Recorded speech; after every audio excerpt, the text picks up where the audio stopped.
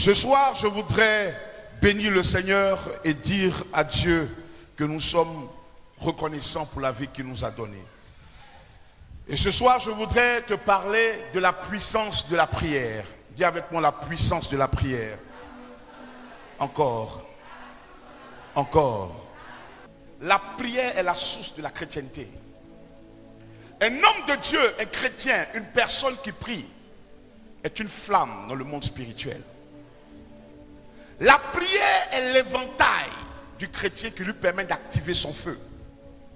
Lorsque tu as comme l'impression que le feu diminue et qu'il veut s'éteindre, il suffit simplement que le vent se connecte à ce feu et le feu grandit. La prière est en fait le vent de l'esprit qui donne de la grandeur au feu, qui permet au feu du Saint-Esprit dans ta vie de continuer à éclairer, de continuer à brûler. Aujourd'hui, le premier verset que nous avons lu dit « Priez sans cesse ». Parce que la plupart des chrétiens aujourd'hui ne prient réellement pas. Et nous disons, nous sommes une armée mais qui n'a pas de victoire. Tu vas fouiller même dans la vie des serviteurs de Dieu, il y a un problème d'accomplissement. Il prêche l'évangile, elle prêche l'évangile, mais il y a des problèmes dans sa vie. Il ne voit pas le résultat de ce que lui-même il prêche. Pourquoi? Parce que Dieu n'est pas dans les mots, Dieu est dans l'action. Tu prêches des choses, mais est-ce que tu vis la chose? Tu dis aux gens je prie, mais est-ce que tu pries réellement? La dimension de tes victoires sont rattachées à tes heures de prière. Nous sommes une église qui, lorsque nous quittons notre maison, disons aux gens que nous laissons, nous allons à la prière. Mais quand nous arrivons, est-ce que nous prions réellement? Est-ce que ce n'est pas simplement de tu seras béni, tu seras prospère, tu vas aller évoluer, tu vas te marier, tu vas... Est-ce que tu pries? Parce que si tu ne pries pas, le monde spirituel ne te reconnaît pas. La prière change les choses dans ta vie. Beaucoup d'enfants de Dieu aiment ce que j'appelle des messages d'espoir. Et moi-même, je suis pour cela. Mais écoute-moi, aussi longtemps qu'on te souhaite des choses, mais que tu ne prends pas tes responsabilités dans la prière, tout ce qu'on t'a dit ne pourra pas s'accomplir. Beaucoup de souhaits, beaucoup de Dieu m'a dit, mais pourquoi on ne voit pas? Parce qu'il y a manque de prière. Peux-tu cuire un repas sous un fourneau qui n'a pas de feu? C'est la sorcellerie. C'est la sorcellerie. Pour que ton riz puisse cuire, il te faut du feu.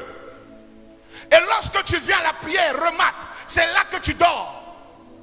Parce que tes arrière-grands-pères, tes arrière-parents, ils ne veulent pas te voir réussir, souffle un vent d'assoupissement. Lorsque tu es devant des vidéos, lorsque tu es devant Facebook, tu ne dors pas. Tu es affairé jusqu'à 4 h du matin.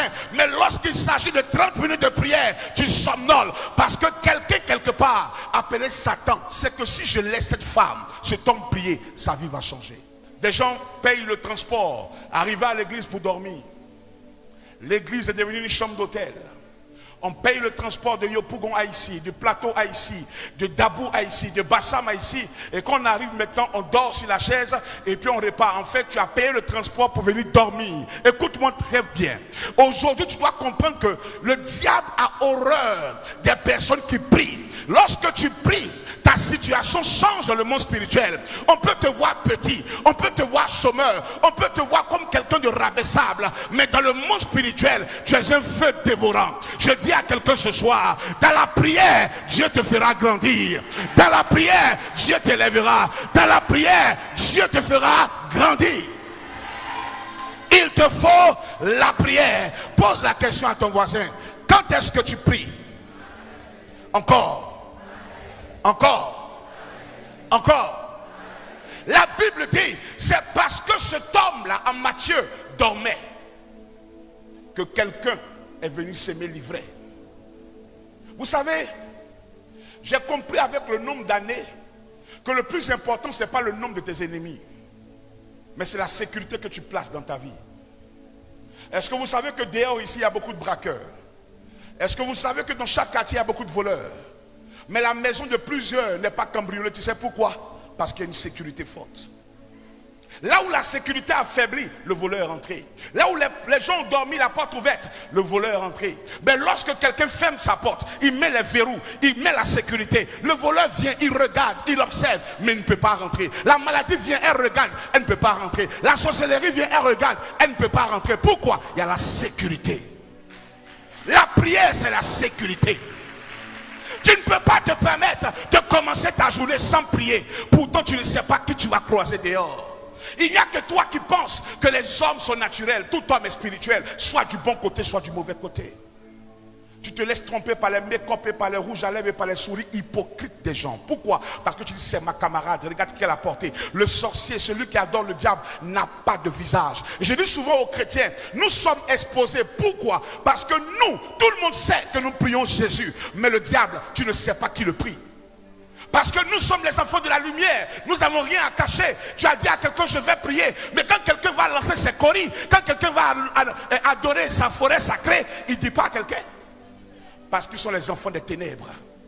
Nous sommes les enfants de la lumière, on n'a rien à cacher. Mais tout le monde sait. Quand tu es dans la lumière, tout le monde te voit.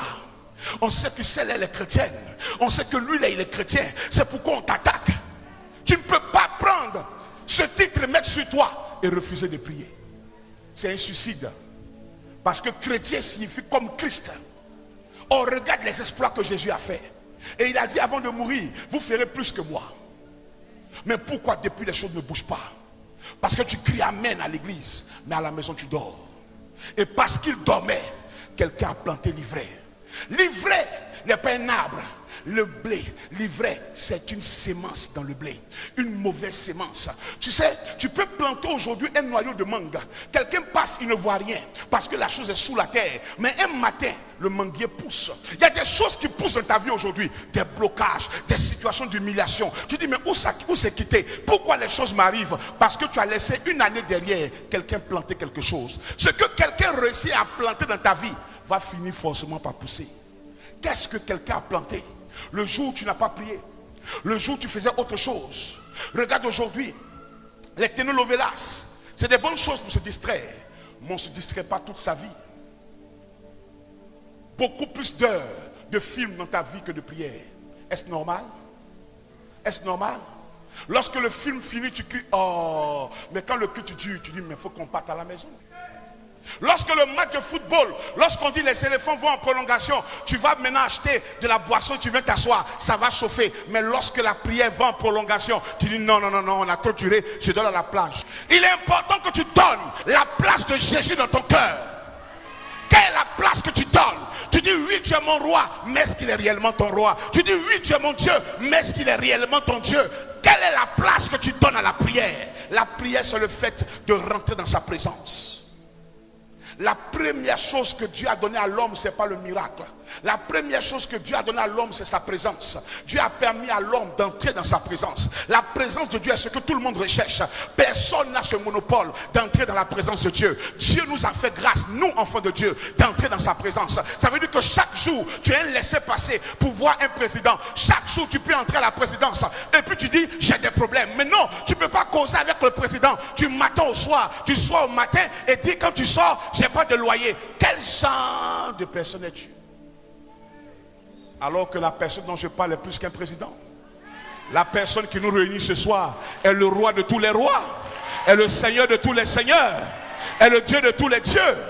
Il est celui qui est élevé en dignité. Il faut que tu pries. Trop d'amusement dans ta vie, trop d'amusement, de distraction dans ta vie. La distraction est bonne parce que nous sommes charnels, mais trop de distraction affaiblit ton feu. Ton feu a besoin de prière. Ton feu a besoin de jeûne. Ton feu a besoin d'être dans la présence de Dieu. Il y a des moments où je m'assois dans la présence de Dieu et puis je ne prie même pas, mais je sens cette onction, cette présence, et je dis simplement merci Jésus, merci Jésus, pendant au moins 40 minutes, merci Jésus. Et quand je ressors de là, quelle que soit la situation devant moi, j'ai confiance que cette situation va tomber, pas parce que je suis fort, mais parce que le Dieu qui m'a parlé est capable de faire tomber ce mur.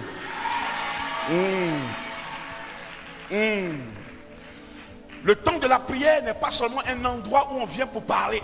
C'est pourquoi souvent tu penses que c'est ça. C'est pourquoi quand tu arrives, souvent tu dis, je ne sais même plus qu'est-ce que je vais dire. Souvent apprends à te taire et puis à écouter celui que tu es en train de visiter. Nous parlons à Dieu, mais nous oublions que Dieu n'est pas un mur. Dieu aussi parle. Nous parlons, mais laissons un peu Dieu nous parler. Il y a des moments où tu dois fermer ta chambre, t'asseoir et dire au Seigneur, parle-moi. Expérimente ces choses et tu comprendras le sens de la véritable chrétienté. Quand tu sens que Jésus est avec toi, tu n'as pas peur de qui est en face de toi. C'est pourquoi David a dit à Goliath, tu es en train de détruire tout le monde, tu es en train d'apeurer tout le monde a peur de toi, mais moi je viens avec l'Éternel des armées et tu vas voir ce que mon Père va te faire. Dis à la maladie ce soir, tu vas voir ce que mon Père va te faire. Dis au problème, tu vas voir ce que mon Père va te faire. Dis à la stérilité, tu vas voir ce que mon Père va te faire. Lorsque Dieu est dans ton affaire, tu ne transpires plus. Tu ne transpires plus. Le plus important, c'est de faire entrer Dieu dans ton affaire. Quand Dieu est dans ton affaire, quand tu trouves une église où Dieu se manifeste réellement, mon frère, tu es au bon endroit. Dieu va rentrer dans ton affaire. Le diable nous enlève la prière. Il nous éloigne de la prière et nous perdons notre feu. C'est pourquoi la Bible dit, il sera facile à un chameau de passer par le trou d'une aiguille qu'à un riche d'entrer dans le royaume de Dieu. Pourquoi? Parce que quand nous prions un peu et que Dieu a pitié de nous, qu'il nous donne un peu, lorsque Dieu change notre condition de chômeur en travailleur, lorsque Dieu nous guérit d'une maladie, lorsque Dieu nous fait passer d'une étape A à une étape B, on oublie tout de suite qui on était et on commence à se détacher de Dieu, alors qu'on ne sait pas que le diable nous attend au carrefour. Le diable s'est dit, cet homme, cette femme, je l'ai libérée un peu. Elle a commencé à s'en sortir. Elle a commencé à m'échapper. Cette fois-ci, je vais la tirer. Mais pour la terminer, je prie que tu ne sois pas atteint. Oh, je dis que je prie que tu ne sois pas atteint. Je ne sais pas ce que le diable prévoit dans cette semaine, mais je proclame, tu ne seras pas atteint. Au nom de Jésus, dis Amen. Dis Amen. Dis Amen. Dis Amen. Dis Amen. Et souvent nous venons dans les églises et nous constatons que nous répondons Amen par rapport à notre voisin. Tu as le même problème que ton voisin. Tu as les mêmes réalités que ton voisin. Ton voisin compte peut-être sur ses parents bien placés, mais toi tu comptes comme moi sur l'Éternel. C'est lui seul qui est notre rempart, c'est lui seul qui est notre répertoire, c'est lui seul qui est notre connaissance. Lorsque nous parlons là, c'est sur lui que nous comptons. Et lorsqu'il est là et qu'on doit le célébrer par notre Amen, tu cries Amen comme un choco. Écoute-moi, les chocos sont ceux qui n'ont pas de problème. Moi je viens de quelque part où j'ai vu Dieu me prendre de la boue pour me faire asseoir à la table des grands. Et je sais que c'est Dieu qui peut le faire. Et quand je suis en face de lui, je peux me placer et dire Amen. Parce que c'est de lui que ma vie s'agit. Je n'ai pas honte de glorifier Dieu. Je n'ai pas honte qu'on me dise tu bouges trop. La Bible dit David, il jette sa couronne, il jette ses habits et il commence à danser parce qu'on parle de l'Éternel. Aujourd'hui nous avons affaire à une église qui est plus sérieuse que Dieu lui-même. Une église où tout le monde veut faire semblant comme si tout le monde est plus grand que Dieu. Il dit il est plus facile à un chameau. C'est qui le chameau? Un animal de grande taille. Tu es plus grand qu'un chameau? Un animal de grosse forme. Tu es plus gros qu'un chameau. Mais le chameau a une force qui peut lui permettre au dernier jour d'entrer là où le riche ne peut pas entrer. Parce que le chameau, quelle que soit sa taille, sa forme, il se repose sur ses genoux. La prière. Lorsque tu as le caractère du chameau, quelle que soit la taille que Dieu te donne, la forme que Dieu change, tu restes connecté à tes genoux. La prière n'est pas négociable. Lorsque Dieu élève quelqu'un, même si tu veux ta tête touche le ciel, tu ne peux pas oublier qui t'a mis là où tu es. Tu ne peux pas oublier que tes parents sont sorciers. Tu ne peux pas oublier que les gens veulent à ta vie. Et que si tu respires encore, c'est parce que quelqu'un dans le ciel a dit non à la sorcellerie, a dit non à la maladie, a dit non au problème, a dit non. Comment peux-tu oublier ces choses? Comment? Comment? Réveille-toi. Réveille-toi. Le chameau est le seul qui aime le désert, qui prend le désert comme étant un lieu de balade. Le cheval est rapide, Le cheval est puissant, mais il meurt dans le désert. Vous savez, l'église, ce n'est pas une question de rapidité. Non, c'est une question d'endurance. Le chameau n'est pas rapide comme le cheval, mais il est endurant. Tu peux me dévancer, mais est-ce que tu vas arriver? Chrétien, ta prière souvent s'arrête parce que tu vois les autres réussir. Ta prière souvent s'arrête parce que tu te dis, mais moi aussi je prie depuis, je ne vois rien. À qui tu te compares? Un chameau ne se compare pas à un cheval. Le cheval est rapide, mais le chameau est endurant. Tu vas vite, mais est-ce que tu peux arriver? Comme les gens chantent, on dit tu chantes bien, bien que tu chantes fort. Le plus important, c'est d'arriver.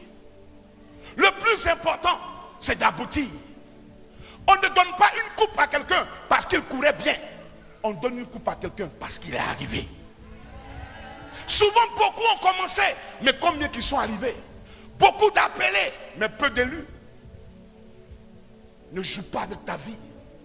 Nous sommes dans un temps précieux. Novembre, décembre, c'est la guerre spirituelle. Comment tu peux dormir sans prier? Comment? Qui est sorcier entre toi et ceux qui t'en veulent? Tu n'as personne. Ou bien tu penses que c'est ton gardien? Laisse-moi te parler. J'ai vu des gardiens ouvrir la porte aux voleurs. Ton gardien n'est pas ta sécurité. Tu penses que c'est ton chien? J'ai vu des gens aller voler chez des personnes qui ont des chiens, des gros chiens, des chiens de race. Mais je n'ai pas encore vu quelqu'un sauter la clôture de quelqu'un qui a un lion. Toi, ce n'est pas un chien qui te protège. C'est le lion de la tribu de Juda. C'est le lion de la tribu de Juda. C'est lui qui te protège. C'est lui qui protège ta vie. Est-ce que tu peux me donner un amen? My God. My God. Ceux qui font la sécurité te diront que le chien qui aboie, il fait ce qu'on appelle une dissuasion. C'est bien. Mais le chien le plus dangereux n'est pas celui qui aboie. Le chien le plus dangereux en sécurité est le chien qui agit comme un homme. Il te piège. Ça veut dire qu'il te laisse rentrer. Il ne veut même pas que... Non. Il veut que tu partes avec un témoignage. Parce que s'il aboie, tu ne vas pas rentrer. Lui, il n'aboie pas. Il te laisse rentrer. Il t'attire. Tu rentres et puis il tourne. La porte où tu veux sortir, là, c'est là-bas ses mains. C'est maintenant le volet explique que sa grand-mère s'appelle Kwaku quand... Mais c'est terminé. Le chien va te manger. Mais je dis, si un chien est capable de faire ça, est le lion de la tribu de Juda. C'est pourquoi la Bible dit, ils viendront vers toi par un seul chemin, mais ils s'en iront par... Ils sont entrés, pourquoi? Parce qu'ils ont vu ta maison, il n'y a aucun chien. Ils ont vu ta maison, il n'y a aucune sécurité. Mais ils ne savent pas que ta sécurité est spirituelle. On ne la voit pas. Mais quand tu rentres, tu vas sentir la sécurité. Ma sécurité est Jésus. Ma sécurité, c'est la prière. Ma sécurité, c'est le roi de gloire. Il est ma sécurité. Il est notre sécurité. C'est pourquoi tu dois prier. À quoi sert d'avoir une clé si tu ne la fermes pas? Dis, ma sécurité c'est Jésus. Plus fort. Alléluia. Et je parlais du chameau. Le chameau, sa force pour dompter le désert, vous savez c'est quoi? C'est que le chameau, contrairement au cheval, ne mange pas beaucoup, mais il boit plus. Celui qui mange beaucoup devient lourd dans le désert. Mais celui qui boit beaucoup est léger dans le désert. Et le chameau aime boire l'eau. Or l'eau c'est le symbole de la parole de Dieu. Et lorsque vous êtes un chameau, vous ne mettez pas toute chose devant, vous mettez d'abord la parole. Lorsqu'on prêche la parole, tu sens que ton âme est arrosée. Lorsqu'on prêche la parole, tu sens que ton âme est vivifiée. C'est la parole qu'il te faut. Ton pasteur ne peut pas voyager avec toi, mais tu peux voyager avec la parole de Dieu. Tu peux voyager avec la parole de Dieu. Dis, j'ai la parole en moi. Et je dois prier. Quelle est la force de notre Seigneur Jésus? C'est la prière, mes enfants. Chaque jour, Jésus est le Messie. Jésus a créé le ciel et la terre. Jésus est le maître de l'univers. Mais chaque nuit, lis ta Bible, Jésus se mettait à l'écart pour prier. Parce qu'il sait que c'est un combat. Tu vois, le matin, Jésus fait des miracles. Ça dépend de comment il a prié la nuit. Tu vois les gens travailler, ça dépend de comment ils prient. Toi tu ne pries pas mais tu veux travailler. Toi tu ne pries pas mais tu veux te marier. Parce que tu es belle, ce n'est pas la beauté qu'on marie, c'est la grâce. Sinon si c'est la beauté qui est allée à la mairie, Les dames de compagnie allaient s'asseoir dans le fauteuil de la mariée.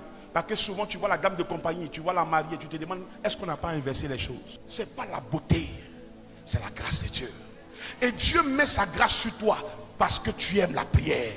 La Bible dit, tous ceux qui prient, leur visage change. Parce que Anne est sortie de la prière, son visage a changé, son mari l'a connue et elle a enfanté. Ton visage va changer. Quand tu vas au travail, tu vas chercher le boulot, ton visage est le même, c'est pourquoi tu n'as pas le boulot. Mais quand tu vas prier, Dieu va changer ton visage. Il aura une onction, une grâce sur ton visage. Pour la promotion, ton patron qui ne t'aimait pas va commencer à t'aimer après mon message. Parce qu'une grâce est sur ton visage. Une grâce est sur ton visage. Une grâce est sur ton visage. À cause de la prière. Je prêche et tu bailles. Je prêche et tu as envie de dormir pour certains. Parce que le diable sait que ça c'est la nourriture de l'esprit. Tout de suite, si on avait dit à Ferrage, un camion qui transportait 1 million est tombé dehors, tu peux dormir? Pourquoi tu es mauvais comme ça contre toi-même?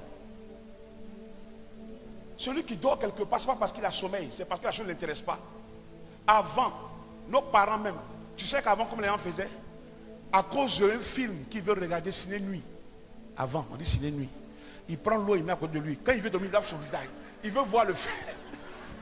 Qui se rappelle de ça? Donc celui qui dort, c'est parce qu'il veut dormir. Sinon les gens là, souvent si les nuits même arrivent, lui est ciné nuit, on ne sait pas qui regarde qui. Mais il veut voir. Donc celui qui veut, il peut. Quand tu dors à l'église, c'est parce que tu veux. Sinon quand la parole de Dieu est là, elle veut te faire du bien. Dis amen. Dis amen. Dis amen. Paul arrive sur l'île de Malte. Et la Bible déclare qu'il regarde les broussailles. Et il prend les broussailles.